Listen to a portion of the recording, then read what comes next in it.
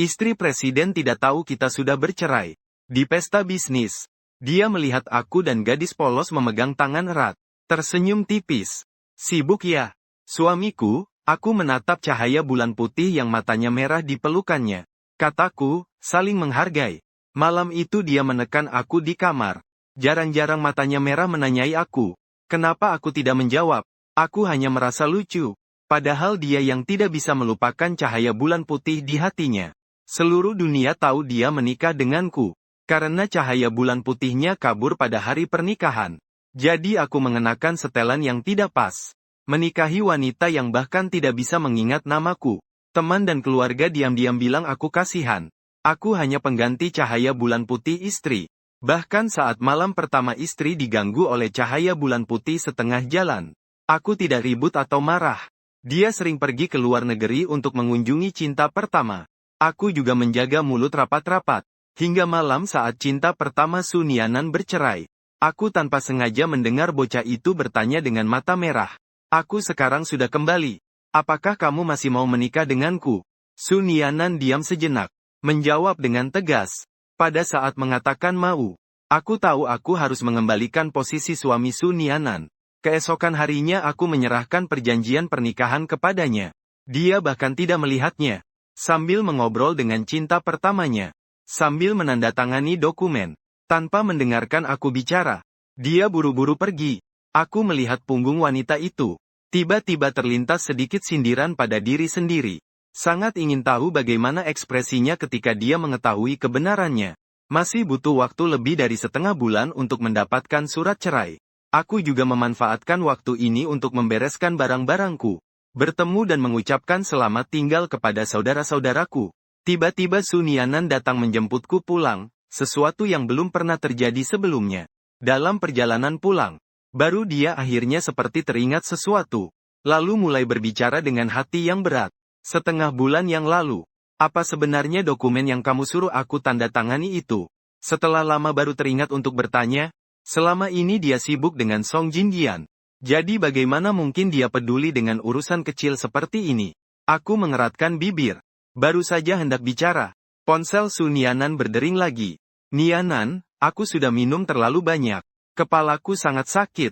Kamu bisa menjemputku tidak? Mendengar suara di ujung sana yang terdengar sedikit sedih. Sunianan meletakkan tangannya di setir. Jari-jari yang ramping sedikit memucat. Wajahnya tiba-tiba menjadi suram. Song Jinian, aku sudah bilang padamu. Banyak kali. Aku sudah menikah. Ada keheningan sejenak di ujung sana, lalu berkata menikah. Lalu bagaimana? Pengantin pria pada pernikahan itu sebenarnya adalah aku. Nada acuh tak acuh itu membuat Sunianan marah. Menikah selama 3 tahun. Yang selalu kulihat hanyalah sikapnya yang dingin dan menjaga diri. Ini adalah pertama kalinya. Aku melihat dia kehilangan kendali. Dia tiba-tiba menginjak rem keras. Ban kendaraan bergesekan dengan tanah mengeluarkan suara yang keras. Lalu kamu datang? Di ujung telepon tiba-tiba tidak bicara. Beberapa saat kemudian, suara di ujung sana terdengar agak terseduh-seduh. Maaf, aku tidak akan mengganggumu lagi. Tak lama setelah itu, telepon di ujung sana pun terputus. Namun wajah Sunianan tidak menunjukkan perubahan yang membaik. Setelah beberapa lama, dia akhirnya menyerah sepenuhnya. Dengan pasrah mengetik beberapa kata. Alamat dikirimkan. Setelah melihat alamat yang dikirimkan itu, dengan wajah penuh penyesalan, dia menoleh. Aku tahu apa yang ingin dia katakan. Aku lebih dulu membuka pembicaraan. Kalau kamu ada urusan, silakan saja. Aku akan naik taksi pulang saja. Melihatku membuka pintu mobil dan membuka payung. Sunianan ternyata merasa sedikit bersalah. Dengan suara pelan berkata, tunggu aku selesai, aku akan kembali menemanimu. Aku mengangguk. Berdiri di tengah hujan. Melihat sosoknya yang mengemudi pergi meninggalkan. Mata dipenuhi dengan emosi yang rumit. Ini adalah tanda cintaku pada Sunianan. Tahun ini aku masih ingat sampai sekarang. Kali pertama aku jatuh cinta pada pandangan pertama dengannya di ruang tari.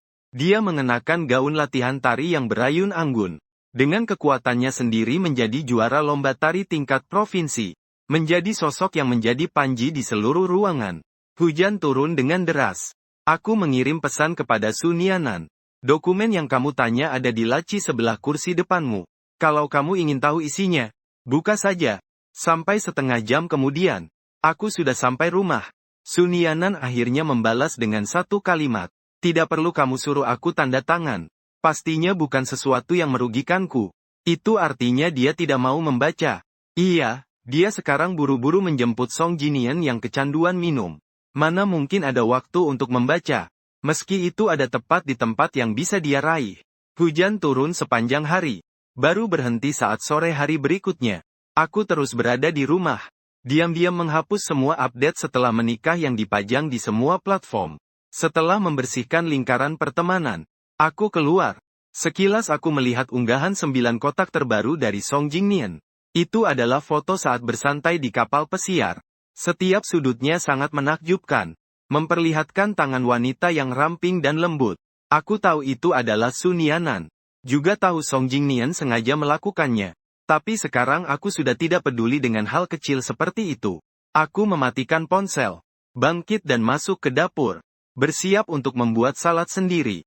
Makan malam baru saja selesai dibuat. Sun Yanan tiba-tiba kembali. Melihat dia membawa kue di tangannya. Aku terdiam sejenak.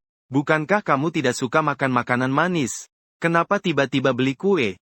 Sun Yanan berjalan mendekat. Melihat makan malam saya. Sedikit mengerutkan alisnya. Hari ini ulang tahunmu. Kamu lupa ya? Kenapa makannya sesederhana ini? Aku terdiam. Saat aku berusia 4 atau 5 tahun, orang tuaku bercerai, meninggalkanku pada nenek. Saat berumur 15 atau 16 tahun, nenek meninggal dunia. Aku tidak ada yang mengurus, dan tidak pernah lagi merayakan ulang tahun. Tapi setelah menikah dengan Sun Yanan, dalam 3 tahun ini dia selalu ingat setiap tahun. Seberapa sibuk pun, dia akan pulang untuk menemani ulang tahunku. Saat aku pergi jauh dan kembali, dia khawatir tentang keselamatanku. Dia juga sengaja menjemputku di bandara. Saat hujan badai, dia tahu aku takut, juga akan menghiburku dengan lembut. Aku pikir perhatian dan kebaikan yang tidak sengaja ini. Meskipun suka. Sampai peringatan pernikahan sebulan. Sun Yanan dengan alasan ada urusan perusahaan. Membatalkan makan malam lilin yang sudah dipesan sebelumnya. Aku sedih lalu dipanggil Jiang Mo ke bar untuk mengantarkan jaket. Tapi tak sengaja bertemu dengan Song Jinian. Dia mabuk berat seperti tong. Memeluk orang yang seharusnya sedang lembur di kantor. Tidak mau melepaskan sama sekali. Sun Yanan dengan marah menariknya sambil menekan wajahnya. Song Jinian, kamu kambuh, lepaskan. Kamu anggap aku apa? Boleh dibuang seenaknya. Boleh diambil lagi sesuka hati. Song Jinian sama sekali tidak mendengar apa yang dia katakan. Keras kepala dengan tangan yang ditolak itu memeluk pinggangnya lagi. Sekali lagi tanpa lelah. Akhirnya Sun Yanan menyerah. Mengalah. Dia berdiri terpaku di sana. Song Jinian, apa sebenarnya yang kau inginkan dariku? Saat itu, tas di tanganku jatuh dengan lesu. Banyak bayangan melintas di pikiranku. Menyusuri kerumunan yang padat. Tangan yang saling menggenggam erat. Payung yang miring di hari hujan lebat. Setiap adegan adalah bukti Sun Yanan untuk cinta pada Song Jinian. Aku pernah menyaksikan momen-momen itu dengan mata kepala sendiri. Jadi tidak bisa menyangkal kenyataan ini. Meski sudah menikah selama 3 tahun. Meski aku menjadi suaminya. Meski aku pernah mendapatkan perhatian darinya. Tetap tidak bisa menyangkal. Secara tepatnya, kebaikan Sun Yanan terhadapku. Hanyalah aku curi dari Song Jinian yang sementara pergi. Aku menggenggam sedikit manis ini. Dan sudah merasa mendapatkan semuanya. Tapi sebenarnya aku tidak pernah memiliki dia. Meskipun hanya 1 menit 1 detik. Jadi saat melihat angka 24 di kue, hatiku sama sekali tidak bergelora. Aku hanya mengangguk dengan sopan. Dan berkata terima kasih. Sun Yanan menyalakan lilin. Tersenyum tipis berkata Chen Zhou. Kita adalah suami istri. Jangan bilang terima kasih. Kata yang begitu formal. Buatlah sebuah permintaan. Aku mengangguk. Baru saja akan bangun. Ponsel Sun Yanan berbunyi. Melihat matanya yang sedikit gemetar. Aku tebak siapa yang menelpon lalu duduk kembali. Dan kenyataannya seperti yang kuharapkan. 1 menit kemudian, telepon terputus. Sun Yanan juga pergi. Mendengar suara klakson mobil yang semakin menjauh di luar jendela. Sudut bibirku tersenyum pahit. Lampu kamar tidak menyala. Api lilin yang berkelip memantulkan bayangan kesepianku di dinding. Aku mengatupkan kedua tangan. Membuat harapan di usiaku yang ke-24. Di tahun baru ini aku tidak akan lagi menyukai Su Nianan. Bertemu dengannya lagi adalah di reuni teman-teman kelas tingkat 21 3 hari kemudian. Dia dikerumuni oleh banyak orang di tengah. Dia melihatku lalu langsung berjalan ke sisiku. Duduk. Melihat kedua orang itu duduk bersama. Suasana di ruang VIP menjadi agak aneh. Aku tahu ini karena bagaimanapun di mata teman-teman kuliah ini. Aku menikahi Su Nianan hanya agar berjuang beberapa tahun lebih sedikit saja. Jadi semua orang meremehkan saya. Tapi saya tidak peduli dengan prasangka jahat ini. Duduk diam. Tanpa ekspresi. Ketua kelas yang terlambat datang. Membawa sebuah kotak besar dan menyapa semua orang. Hari ini mengajak semua orang berkumpul. Pertama untuk saling mempererat hubungan. Kedua, surat yang ditulis untuk diri sendiri 5 tahun yang lalu. Tepat waktunya untuk dibuka. Hari ini kita lihat bersama saja. Dalam sekejap semua berlomba-lomba mendekat. Ramai dan bising. Kalau begitu mari kita main yang seru. Setiap orang mengambil surat secara acak. Membacanya bagaimana? Boleh juga. Saya mulai menarik surat duluan. Laki-laki yang paling aktif di kelas. Membaur di tengah kerumunan. Menjadi yang pertama membuka surat. Beberapa orang di sekeliling yang tidak tahu menunggu dia. Segera membukanya. Membersihkan tenggorokan. Membuka surat itu. Untuk aku 5 tahun yang akan datang. Apa kabar kamu? Saat ini aku sedang menulis surat ini untukmu di bawah sinar matahari. Walaupun aku tidak tahu bagaimana suasana saat kamu membaca surat ini. Apa perasaanmu? Tapi aku ingin menyampaikan perasaan yang aku rasakan saat ini kepadamu. Setelah mendengar paragraf pertama, seluruh ruangan menjadi hening. Semua mengalihkan pandangan ke arahku. Su Nianan yang sebelumnya asyik bermain ponsel juga mengangkat kepalanya. Dengan ekspresi terkejut menatap orang di sebelahnya. Wajahku yang biasanya tanpa ekspresi, memikirkan isi surat itu. Seketika terasa deg-degan. Seorang pria melirikku sebentar. Tersenyum jahat melanjutkan membacanya. Tahun ini berusia 19 tahun. Aku baru masuk tahun kedua kuliah. Suka pada Su Nianan. Tapi dia tidak tahu tentang hal ini. Tapi sebenarnya meskipun tahu juga tidak berpengaruh sama sekali. Karena dia sudah punya orang yang disukai. Perasaan sukaku yang tak diketahui orang pasti tidak akan berbuah hasil. Kamu mungkin akan bertanya padaku. Kalau sudah pasti tidak akan berhasil. Kenapa tidak mau menyerah? Aku ingin memberitahumu bahwa yang aku sukai adalah dia. Pesona gadis yang maju terus di tengah sorakan ribuan orang. Adalah perhatian tanpa sengaja ketika dia mengambilkan buku yang jatuh untukku di angin malam. Meski dia harus menolak pengakuan cinta orang lain. Sikapnya tetap sopan dan tulus. Meizu Chen akan menoleh mencuri lihat anaknya.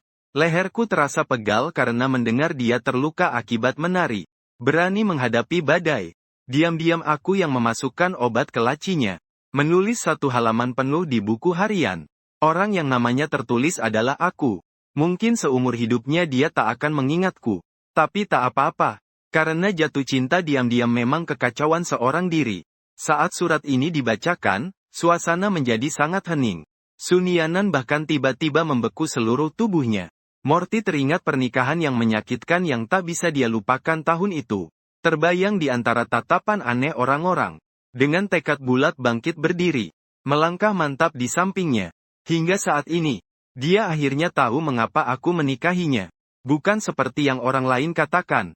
Bukan untuk cari muka kepada yang berkuasa. Hanya karena aku diam-diam mencintainya bertahun-tahun. Sejenak, hati yang lama terdiam itu, entah mengapa mulai berdetak lebih cepat. Tiba-tiba dia ingin meluapkan keraguan yang terpendam dalam hatinya. Semua ingin bertanya dengan jelas. Tapi belum sempat mengucapkannya. Telepon dari Song Jinian sudah masuk. Nian An, aku terjebak di bawah gedung tempat pertemuan oleh beberapa penagih utang. Kata-katanya belum selesai. Wajah Su Nian An berubah. Dia tiba-tiba berdiri dan berlari ke bawah. Sekelompok orang yang mengikutinya segera melindungi Song Jinian di belakang. Aku bergegas turun ke bawah. Yang kulihat adalah pemandangan seperti ini. Aku terdiam. Secara naluriah menengadah melihat Su Nian An. Tapi yang kulihat hanyalah sosoknya yang melindungi Song Jinian pergi. Ini adalah perhatian yang tak pernah kumiliki sebelumnya. Aku menundukkan mata menutupi emosi di dalamnya. Tersenyum mengejek diri. Lalu dengan diam-diam berbalik dan pulang sendiri. Hingga tengah malam, Su Nian An baru kembali. Melihat aku duduk diam di sofa tanpa bersuara. Dia baru ingat untuk menjelaskan beberapa kata. Hari ini Chen Zhou kita semua adalah teman sekelas.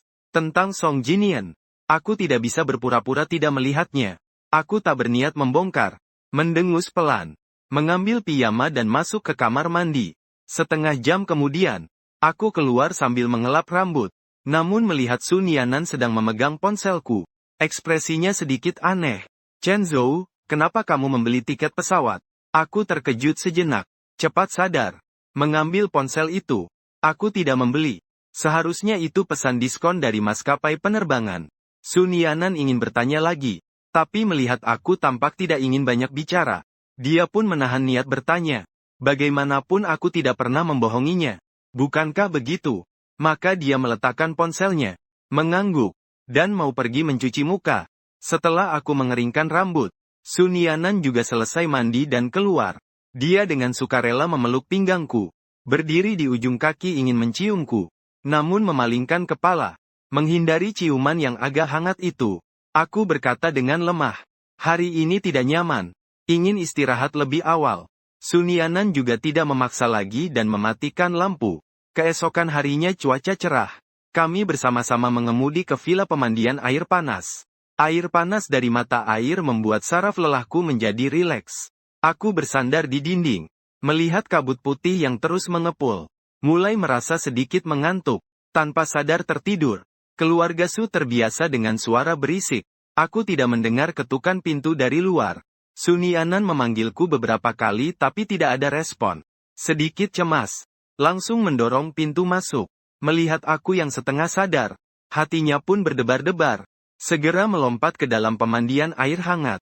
Mendukungku untuk berdiri. Aku membuka mata dengan setengah sadar. Uap air memenuhi ruangan. Kulit bersentuhan. Reaksi pertamanya adalah menurunkanku. Membuka jendela untuk menyegarkan udara. Aku bangkit dan masuk ke ruang ganti. Setelah aku selesai ganti baju keluar. Tubuhku sama sekali merasa lemas. Duduk di samping. Sun Yan menenangkan diri sejenak. Tidak peduli. Berbalik dan pergi. Aku agak bingung. Sampai saat ini, aku baru menyadari saat aku berdiri di hari pernikahan. Betapa lucunya pikiran yang muncul dari dalam hatiku. Tidak ada yang namanya yang datang kemudian mengungguli yang dulu. Menghangatkan sebuah hati.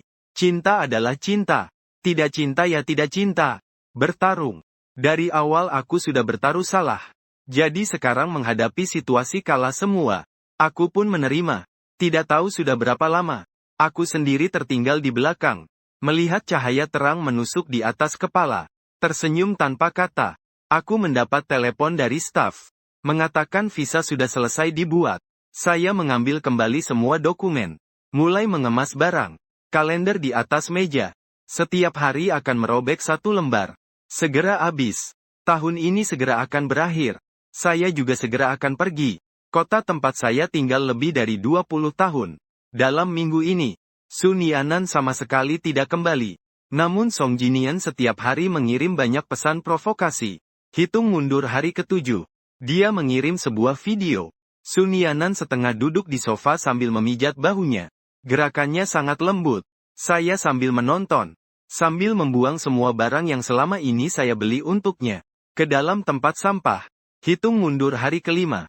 Dia mengirimkan beberapa foto. Sun Yanan mengirimkan beberapa jam tangan mewah. Dengan tangannya sendiri mengenakan jam tangan itu di tangannya. Aku dengan sengaja menghancurkan foto pernikahan itu berkeping-keping. Lalu membuangnya ke dalam api. Pada hari ketiga dari akhir ada sebuah rekaman. Sun Yanan tertidur. Masih menggumamkan namanya. Intonasinya penuh perasaan dan segala. Aku memberikan kepada dirinya sendiri setelah menikah. Semua hadiah dikemas dan dikirim ke lembaga amal. Villa yang dulu kusebut rumah penulis perlahan aku kuasai. Dan sedikit barang bawaanku berangsur selesai diatur. Pembantu di rumah melihat adegan penyingkiran ini. Semua agak khawatir. Pernah bertanya padaku beberapa kali ada apa. Aku tersenyum. Dengan nada yang santai. Hanya bercerai saja. Nona setuju? Aku tidak tahu. Tapi aku rasa jika sekarang Sun Yanan melihat surat perceraian itu. Dia mungkin akan sangat senang. Bagaimanapun, saat ini hatinya dan pikirannya sepenuhnya dipenuhi oleh Song Jingnian. Hari kedua terakhir, Song Jingnian mengirim pesan lagi. Kali ini kamera tidak mengarah ke Sun Yanan. melainkan kepada orang tuanya. Melihat 3 orang di foto berkeliling meja makan sambil tertawa. Wajah Yan Yan. Hatiku sama sekali tidak tergerak. Aku masih belum membalas pesan. Sebaliknya, aku membuka daftar kontak, menghapus Song Jin Nian, Sun Yanan dan semua orang yang berhubungan dengan mereka. Saat aku pergi, salju pertama turun. Aku membawa semua catatan harian dan surat cinta yang belum dikirim tadi malam. Ke taman. Cahaya oranye api menerangi wajahku, dan membakar semua rahasia hati yang mencatat masa muda itu. Aku mendongak menatap salju yang berterbangan, memperhitungkan berapa lama lagi salju akan turun untuk menutupi abu-abu ini. Tengah terpekur, pintu tertutup rapat tiba-tiba terbuka. Sun Yanan yang sudah lama tak terlihat kembali. Langkahnya terburu-buru. Dia melirik orang yang berdiri di salju itu. Masuk ke ruang tamu terlebih dahulu. Saat keluar lagi, dia berhenti di sampingku. Aku menatap amplop berwarna merah muda itu. Tanpa sadar dia teringat surat yang ada di pesta itu. Hati yang sudah lama marah itu akhirnya perlahan melunak. Aku sedang sibuk akhir-akhir ini. Tunggu beberapa hari lagi. Setelah aku selesai sibuk, kita bicara dengan baik-baik ya. Bicara apa? Cerai kah? Aku tersenyum. Mengangkat mata memandangnya. Suaranya sangat tenang. Sudahlah, tidak usah bicara lagi. Hal yang paling kamu inginkan, sebenarnya sudah kuberikan padamu sebulan yang lalu. Hal apa yang kamu maksud? Sun Yanan sedang ingin bertanya. Ponsel berdering beberapa kali. Dia membuka dan melihat pesan-pesan itu. Sudut alis dan matanya mulai tersenyum. Melihat ekspresinya, aku membuang surat cinta terakhir ke dalam api. Berdiri. Tubuhku yang tinggi menghalangi api yang membara di belakang. Sun Yanan membalas pesan. Surat cinta baru saja habis terbakar. Dia bahkan lupa apa yang ingin dia tanyakan tadi. Aku mengantarnya sampai ke pintu. Membukakan pintu mobil untuknya. Sebuah angin dingin bertiup. Sun Yanan melihat aku berpakaian tipis. Dengan suara lembut berkata, "Kau pulang dulu saja. Jangan sampai kedinginan." Namun aku bersikeras tetap di pintu untuk mengantar dia. Melalui jendela mobil, Sun Yanan melihat aku mengangkat tangan melambai. Dengan suara pelan mengatakan sesuatu. Dia tidak mendengar jelas. Tapi biasanya hanya bilang hati-hati di jalan. Di tempat seperti ini selama 3 tahun terakhir. Dia sudah mendengar berkali-kali. Jadi tidak terlalu dihiraukan. Setelah mobil menyala, segera menghilang dari pandangan. Aku berdiri sendirian di salju cukup lama baru kembali ke kamar. Memakai jaket. Mengangkat koper turun ke bawah. Salju semakin deras turun. Butir demi butir jatuh di kepalaku. Dari kejauhan tampak seperti rambut putih. Taksi berhenti di depan pintu villa. Sebelum naik ke mobil, aku berbalik dan melihat sekali terakhir. Mengulangi sekali lagi kalimat yang hampir tak terdengar itu. Takkan bertemu lagi. Takkan bertemu lagi di Jingbei. Sun Yanan. Sun Yanan mengemudi langsung menuju rumah Song Jinjian. Semalam dia ribut minta melihat foto masa kecil. Baru dia sengaja pulang sekali untuk itu. Mengambilnya. Membawa tas berat. Saat berjalan ke pintu lift, dia bersisian dengan seorang wanita asing. Dari orang ini, dia mencium aroma yang familiar. Bau parfum yang ringan dan tipis. Itu parfum favorit Song Jinian. Orang ini baru saja keluar dari rumahnya. Apakah dia salah satu temannya? Sun Yanan merasa sedikit bingung dalam hatinya. Tapi lift segera turun. Dia juga tidak berpikir terlalu banyak. Menekan tombol lantai 7. Begitu melihatnya, wajah Song Jinian menunjukkan senyum yang cerah. Kedua orang itu sambil membalik album foto. Sambil mengenang masa lalu. Menyebutkan masa kecil. Sun Yanan dengan cepat melupakan hal-hal lain. Saat tengah hari mengantar keluarga datang ke rumah Song Jinian. "Nian An, selama bertahun-tahun aku dan bibimu sibuk dengan pekerjaan. Kalau bukan karena kamu merawat Jinian, dia tidak tahu akan menjadi gila seperti apa. Kita yang harus berterima kasih padamu." Song Jinian berjalan ke sisi Sun Yanan. Baru ingin meraih tangan tapi ditarik kembali oleh Song Mou. "Sekarang kalian sudah tua. Kamu juga sudah berkeluarga. Jinian masih belum mengerti. Terus-menerus mengganggumu. Jangan dianggap aneh juga. Kami akan mendidiknya dengan baik. Agar nanti tidak merepotkanmu lagi." Suasana ruang tamu langsung membeku. Sun Yanan mengerti maksud tersiratnya. Nafasnya sempat tak beraturan sekejap. Tapi segera kembali seperti biasa. Senyum yang tergantung di bibir pun ditarik kembali. Hanya tersisa rasa canggung dan sopan santun. Ekspresi Song Jinian juga ikut berubah. Namun dia pura-pura tidak mengerti apa yang ibu katakan. Tersenyum ceria menatap Su Nian-an. Mencoba mengalihkan pembicaraan. Sudah. Aku dan Nian-an tumbuh bersama. Bicara soal merepotkan atau tidak. Dia bahkan sudah janji. Untuk mengantarku pulang, kan? Su Nian-an mengangkat kepala. Baru saja ingin menjawab. Setelah bertemu dengan dua orang tua dengan tatapan penuh makna itu. Kata-kata yang berputar di antara bibir berubah arti menjadi oke. Tapi tadi sekretarisku bilang ada urusan di kantor. Karena paman dan bibi sudah datang. Aku tidak akan mengganggu lagi. Setelah berkata, dia juga tidak tinggal lagi. Berbalik dan meninggalkan ruang tamu. Belum berjalan beberapa langkah. Ibu Song memanggilnya. Dia memberikan album foto itu. Nian-an sudah beberapa tahun lalu. Maafkan aku. Tapi saat itu dia masih muda dan belum mengerti betapa berharganya ketulusan. Jangan disimpan dalam hati. Melihat orang tua yang membesarkannya sejak kecil ini. Dengan wajah penuh rasa bersalah itu. Su Nian-an menggeleng pelan. Bibi, tentang masa lalu itu aku sudah melupakannya. Tidak akan menyimpan dendam selama bertahun-tahun. Kamu tenang saja. Ibu Song menghela napas. Tatapan matanya ke arahnya. Penuh dengan penyesalan. Beberapa tahun tanpa keberuntungan. Juga tidak ada jodoh kalian sebagai suami istri. Dengar dari ibumu bilang, pria yang kamu nikahi setelah itu sangat berbakti. Juga sangat pengertian. Hubungan kalian juga sangat baik. Kamu harus benar-benar menghargainya. Itulah yang pantas kamu perhatikan dengan sepenuh hati. Orang yang akan bersamamu hingga tua nanti. Su Nian-an tahu Songmu bermaksud baik. Dia juga mengerti cerita antara dia dan Song Jinian. Sudah berakhir sejak pernikahan itu. Saat dia marah ingin menikah dengan orang lain. Selama 3 tahun ini, dia juga mencoba melupakan masa lalu. Hidup bersama saya dengan baik. Tapi bagaimanapun juga itu orang yang telah dicintai selama 18 tahun. Bagaimana mungkin berkata lepaskan lalu bisa langsung lepaskan? Jadi ketika Song Jinian berkali-kali mengganggunya saat pulang ke negara, dia pada akhirnya tetap luluh hati. Meski tidak bisa menjadi kekasih. Persahabatan itu, tetap ada dengan membawa pikiran ini. Dia membiarkan dirinya sendiri. Sekali lagi pergi ke sisinya. Jujur mengatakan, setiap kali Song Jinian menangis dan berkata masih mencintainya. Hatinya memang tersentuh. Tapi saat-saat itu seperti angin yang berhembus lewat. Gugusan riak di danau yang terbentuk. Cepat hilang tanpa bekas. Dia selalu teringat di detik-detik akan jatuh ke dalam, bahwa aku adalah suaminya. Sekali lagi dia seperti terperangkap dalam ilusi. Tidak bisa menemukan jalan keluar. Sampai mendengar kata-kata ini. Dia seperti tercerahkan dan perlahan sadar kembali. Teringat sosoknya yang pergi jauh di tengah salju pagi hari. Su Nian-an merasakan hangat mengalir di hatinya. Dia membungkuk dalam-dalam kepada Ibu Song. Suaranya sangat tulus. Terima kasih sudah memberitahu saya dengan sengaja. Saya mengerti. Setelah meninggalkan rumahnya, Su Nian-an kembali ke rumah lama untuk sementara. Ibu Su memanggilnya ke dalam kamar. Nada bicaranya sangat serius, jarang terjadi. Ketika kamu baru menikah dulu, aku merasa keluarga Chen Zhou tidak pantas untukmu. Jadi aku punya sedikit keberatan terhadapnya. Namun selama 3 tahun ini melihat dia sangat memperhatikanmu.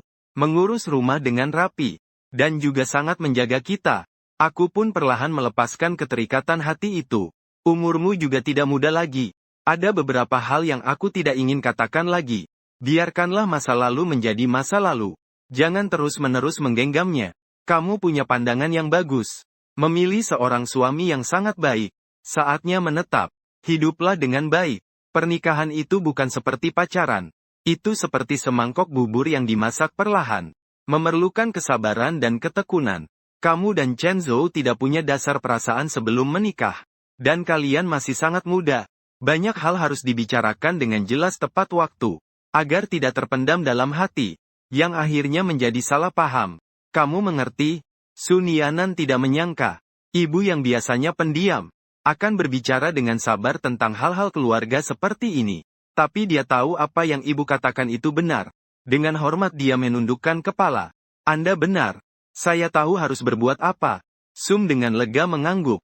Lalu mengeluarkan sebuah kotak dan mendorongnya. Ini adalah giok yang diberikan nenekmu saat aku menikah. Bawakan ini untuk Chen Zhou. Lusa adalah ulang tahun ayahmu. Ingat untuk membawanya pulang. Kita sekeluarga makan bersama. Sun Yanan membuka kotak itu. Melihat giok jenis es di dalamnya. Tertahan sesaat.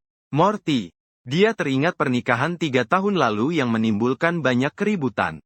Setelah Song Jinian melalui telepon mengumumkan pembatalan pernikahan di depan semua orang. Kedua keluarga berubah wajah. Langsung meninggalkan acara. Dia berdiri sendiri di panggung. Dengan hati yang hancur mengambil mikrofon. Melampiaskan emosi yang sudah lama terkumpul di dalam hati. Semuanya dilepaskan sekaligus. Secara spesifik mengatakan apa? Sebenarnya dia sendiri juga tidak tahu. Sampai saya berdiri. Didorong ke belakang panggung oleh beberapa saudara perempuannya yang terburu-buru. Kembali ke dalam pandangan saya. Dia baru tersadar. Mars pernikahan mulai terdengar. Saya berganti mengenakan setelan jas yang agak longgar. Langkah demi langkah saya berjalan mantap mendekati dia. Bersama dia menerima pandangan penasaran dari ribuan mata di bawah. Tanpa rasa takut dan tidak akan mundur. Mungkin karena tekad saya ini menular. Hati Sunian yang sekarat itu. Kembali muncul keberanian untuk bertarung habis-habisan. Meskipun dia belum tahu nama pengantinnya sendiri. Tapi dia sudah memutuskan.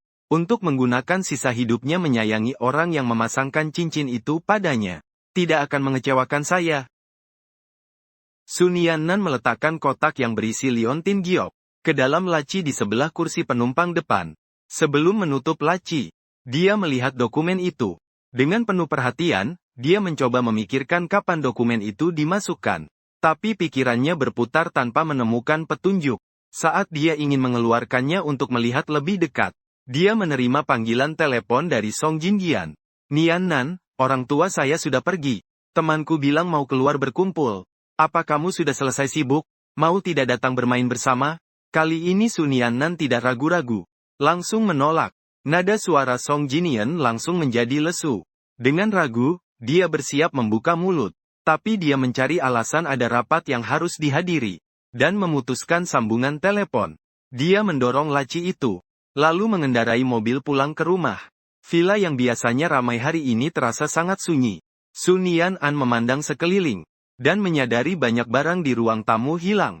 Jepit rambutnya yang tertinggal di meja kopi beberapa bulan lalu. Gelas air di meja makan. Bantal di sofa. Semua itu saya yang membelikan. Barang kecil yang tidak penting. Biasanya dia tidak memperhatikan jika diletakkan di tempat yang biasa.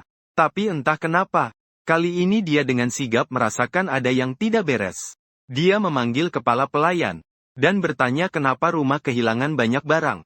Tuan sudah membuang semuanya. Kepala pelayan tua yang sudah lanjut usia, menjawab dengan suara resmi. Kemudian menatap ekspresi wajahnya, dan ragu-ragu membuka mulut. Nona, apakah Anda benar-benar ingin berpisah dengan Tuan? Anjie, saya tahu pasti kamu ada di rumah pada hari bersalju ini.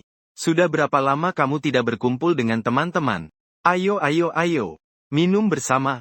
Pergi. Beberapa sahabat menggandeng tangan masuk ke pintu. Menarik Sun Yanan. Tanpa banyak bicara langsung keluar. Pernikahan yang belum sempat diungkapkan itu. Begitu saja tenggelam dalam kehidupan. Memang minum. Tapi beberapa sahabat yang memikirkan kondisi Sun Yanan, hanya berani memberinya beberapa gelas air putih. Melihat beberapa orang yang sedang bermain game meminum beberapa teguk, mengeluarkan ponsel dan menghubungiku. Mengedit sebuah pesan. Apakah kamu keluar hari ini karena urusan? Pergi kemana? Kapan kembali? Kirim alamatnya ke aku ya. Nanti aku akan datang menjemputmu. Jalan licin karena salju. Berhati-hatilah saat berjalan. Jangan sampai jatuh. Tombol kirim belum ditekan. Saudari yang baru selesai menerima telepon berubah ekspresi wajahnya. Dia menarik Sun Yanan dengan cepat. Memanggil beberapa orang di depan meja. Dengan nada yang sangat tergesa-gesa. Ayo, pindah tempat. Ada keramaian baru. Melihat semua orang kebingungan dengan omongannya yang gak nyambung. Tapi saat dengar ada keramaian, semua jadi bersemangat. Serentak naik mobil. Sepanjang perjalanan semua bertanya mau kemana. Tapi dia tidak berkata sepatah kata pun. Sesekali melirik Sun Yanan. Tujuannya adalah bar yang belum pernah mereka datangi. Sebelum turun dari mobil, saudari ini mendorong Sun Yanan ke posisi paling depan. Lalu berkata sesuatu yang aneh-aneh. Anji, aku sudah lama mendengar desas-desus tentang beberapa hal. Sungguh aku menunggu sampai pasti baru terpikir untuk memberitahumu. Nanti kalau kau melihat sesuatu, jangan salahkan aku. Aku benar-benar demi kebaikanmu. Sekelompok orang yang tumbuh bersama seperti saudara kandung sejati.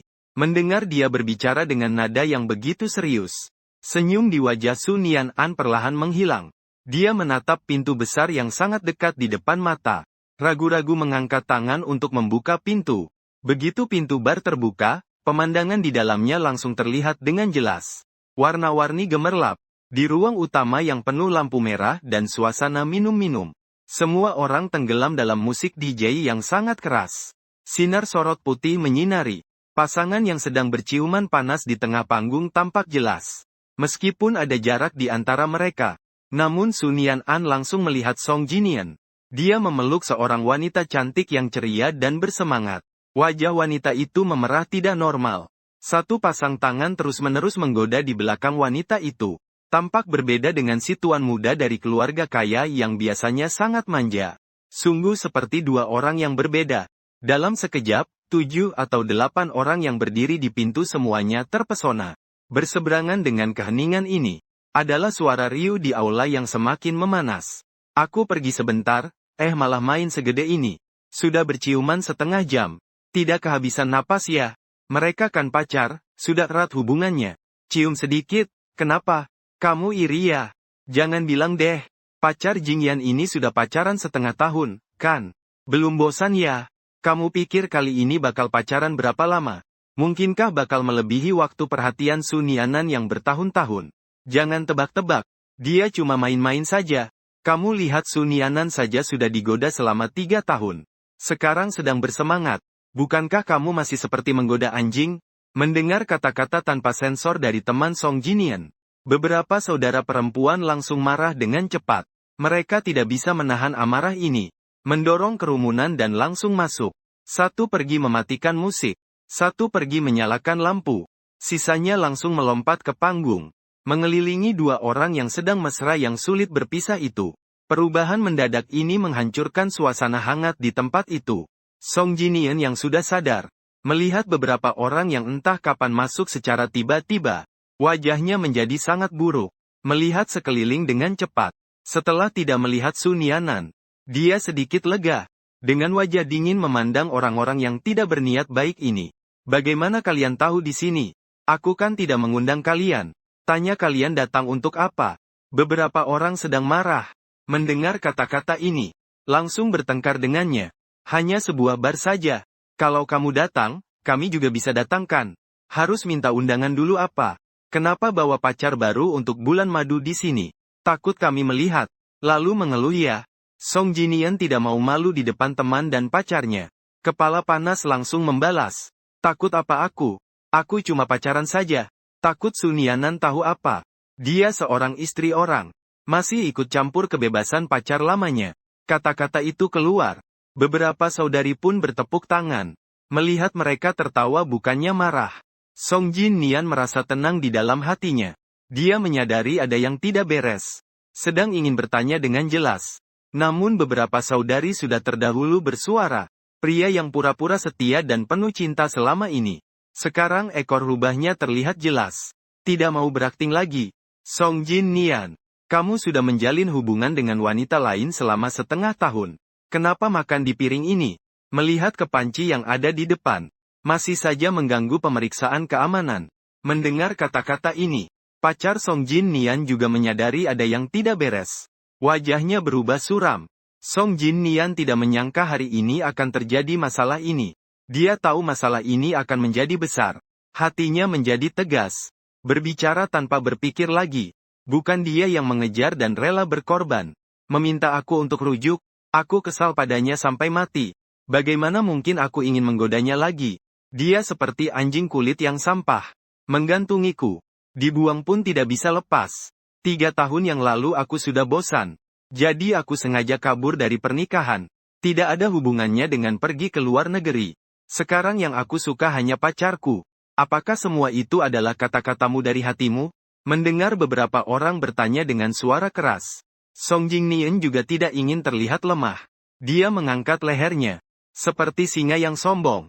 Tentu saja walaupun Sun Yan'an sendiri datang. Aku juga akan berkata jujur tanpa kurang satu kata pun. Dengan janji ini, tidak ada lagi yang berbicara. Beberapa saudari secara serempak mundur beberapa langkah, memberi jalan. Melihat gerakan mereka yang rapi dan seragam, kelopak mata kanan Song Jinian melonjak dengan cepat. Dia memalingkan kepala memandang sosok yang familiar berdiri di pintu. Hati yang tadinya gelisah itu tiba-tiba menjadi dingin. Orang-orang di bawah panggung yang menonton keramaian itu juga menoleh mengikuti dia. Hari ini, 3 tahun kemudian, Sun Yanan sekali lagi menjadi pusat perhatian semua orang. Tapi ekspresi di wajahnya secara mengejutkan datar. Kemarahan dan kekecewaan yang dibayangkan orang lain. Perasaan sakit dan malu yang tidak sepatah kata pun tampak. Yang ada hanyalah kelegaan setelah melewati segala badai dan ketenangan setelah tirai jatuh. Melintasi lautan manusia yang luas. Dia memandang orang yang wajahnya berubah menjadi pucat di atas panggung itu. Pria yang dicintainya selama bertahun-tahun tapi tak pernah bisa dimiliki. Pengantin pria yang meninggalkannya sendirian di tempat pernikahan. Tiba-tiba menjadi sangat asing saat ini. Sepertinya dia mengenalnya untuk pertama kali. Padahal jelas dia telah mengenalnya selama 18 tahun. Aku mendengarkan tanpa melewatkan satu kata pun. Terima kasih. Tidak terus-menerus membohongi saya. Akhirnya mengatakan kebenaran kepadaku. Song Jingyan di tengah bisik-bisik yang tak terhitung jumlahnya. Sun Yanan berbicara dengan suara yang tenang dan datar. Tidak seperti sedang berhadapan. Malahan seperti sedang membicarakan cuaca hari ini. Beberapa saudari di atas panggung melihatnya seperti ini. Tiba-tiba teringat 3 tahun yang lalu. Saat aku pertama kali muncul di depan mereka. Ekspresi yang sama persis seperti sekarang. Nada suara yang sama persis. Kecepatan bicara yang sama persis. Aku saat ini berstatus lajang. Jika kamu tidak keberatan, aku bisa menjadi pengantin priamu. Setelah Sun Yanan dengan tenang mengabarkan kalimat ini ke seluruh ruangan. Sun Yanan menundukkan mata. Sudut bibirnya tersenyum tipis. Dia juga teringat padaku. Hingga saat ini, dia akhirnya mengerti tekanan yang aku alami saat itu. Berdiri di sisinya. Begitu hati-hati dan cermat. Seorang diri tanpa suara. Demi dia, aku bisa sampai sejauh ini. Namun dia butuh 3 tahun untuk memahami cinta besar dan hangatku itu. Untungnya semua masih belum terlambat. Sun Yanan tidak lagi membuang waktu untuk hal-hal yang tidak berharga. Dia berbalik, pergi tanpa ragu, melangkah dengan pasti satu demi satu. Setelah kembali ke mobil, Sun Yanan membuka ponselnya, mengirim pesan yang belum sempat ia kirim sebelumnya. Dering bersuara. Dia kira aku langsung membalas pesan itu. Menundukkan pandangan. Di antara putih dan hijau, tanda seru merah itu sangat mencolok. Dia melihat pemberitahuan verifikasi tambah teman di bawah. Berjalan dengan cepat mengedipkan mata beberapa kali. Catatan di tengah layar.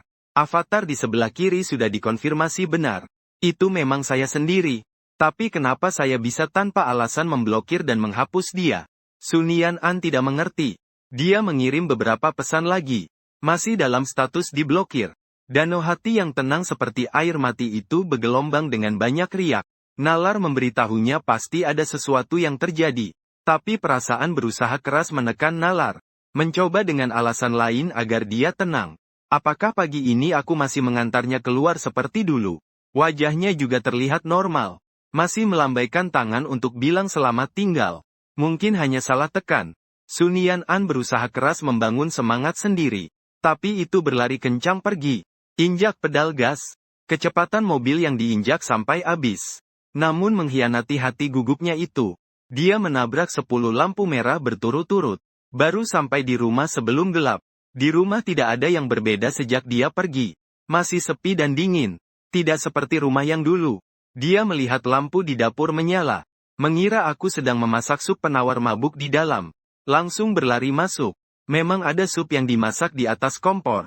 Tapi itu hanya pengasuh yang sedang mengawasi api.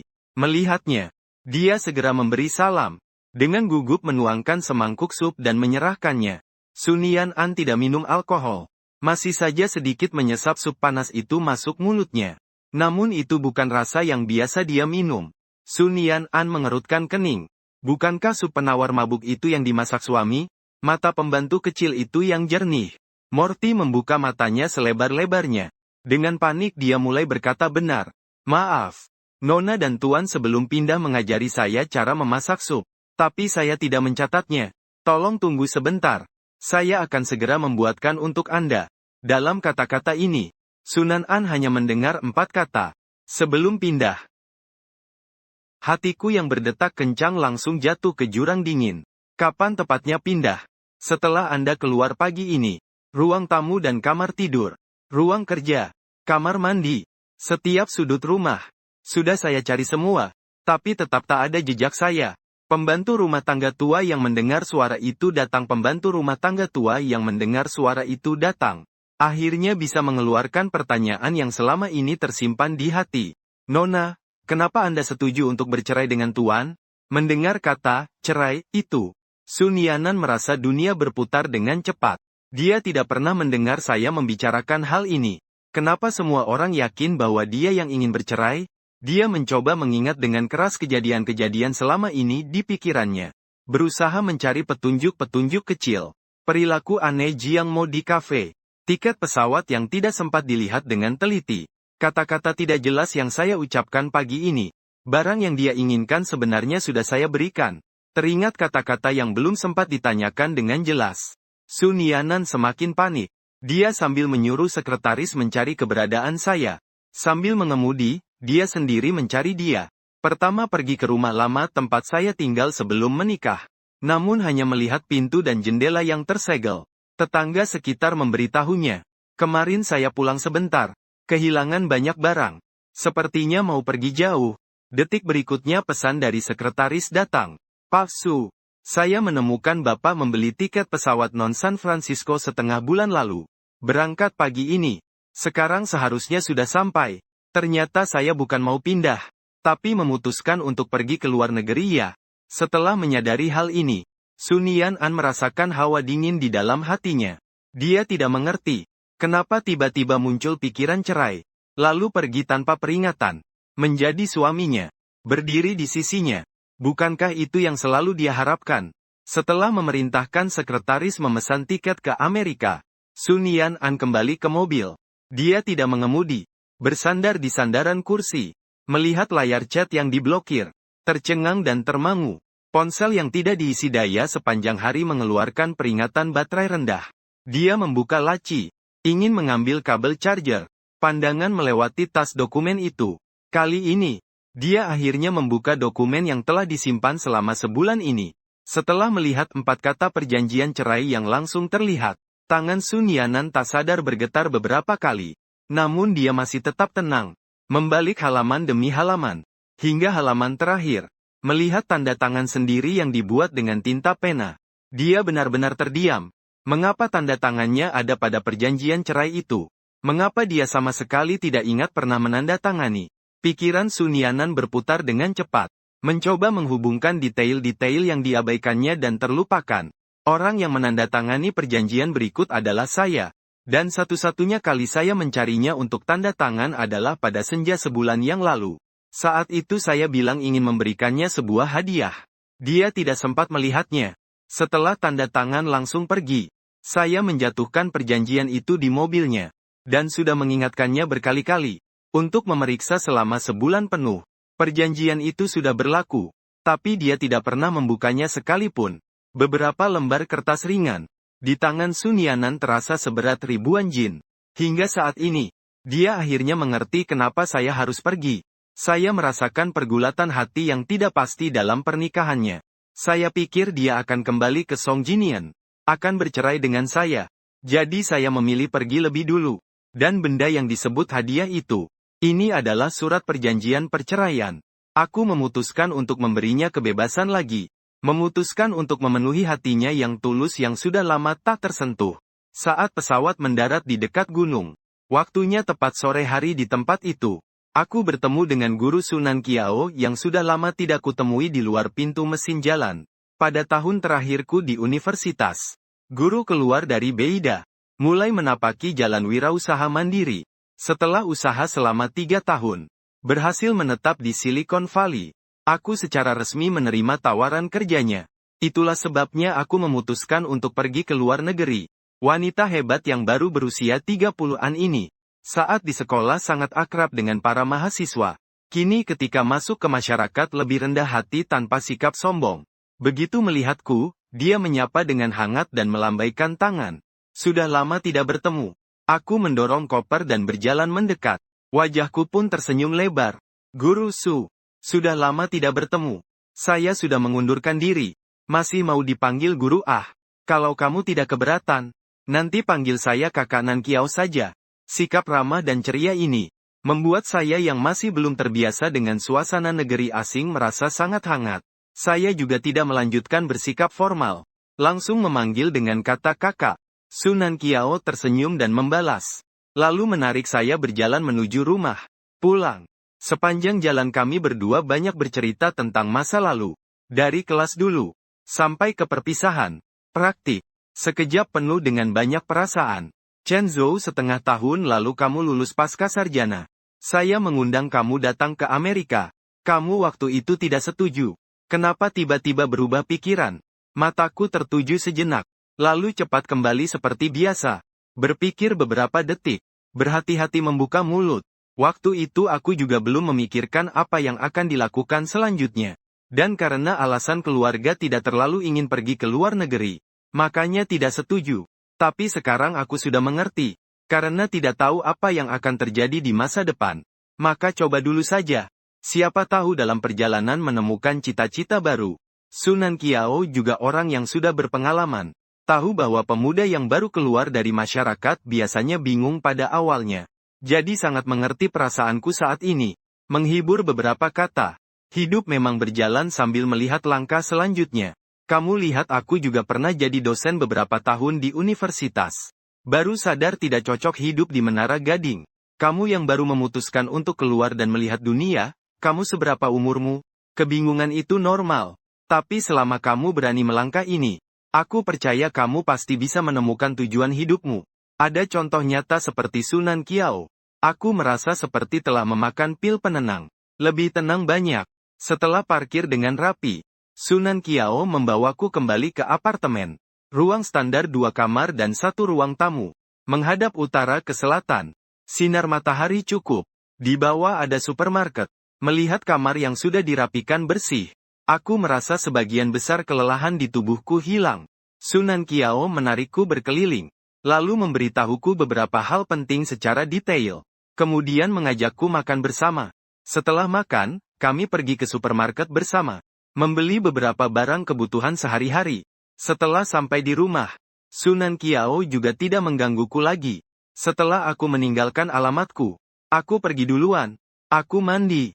Berbaring di tempat tidur, melihat langit di luar jendela yang perlahan gelap, tiba-tiba muncul rasa tidak nyata. Kemarin pada waktu ini, aku masih di villa di Jingbei, memakai pakaian rumah, melihat salju lebat di luar jendela. Hari ini aku sudah terbang ke kota lain di seberang lautan, mulai hidup sendiri sebagai lajang. Ruangan sangat sunyi. Aku melamun dan segera tertidur. Aku bermimpi. Dalam mimpi aku duduk di pesta pernikahan Su Nianan. Dan kali ini Song Jingnian tidak kabur dari pernikahan. Menikahinya. Saya menyaksikan mereka bertukar cincin dengan mata kepala saya sendiri. Berjanji untuk saling menjaga seumur hidup. Saya merasakan ciuman di tengah ribuan ucapan selamat. 10 mil lapangan kembali menjadi kampus yang sunyi. Membungkuk menekuni pelajaran. 3 tahun. Setelah lulus, saya terbang ke Amerika Serikat. Memulai hidup yang baru. Tidak pernah kembali lagi.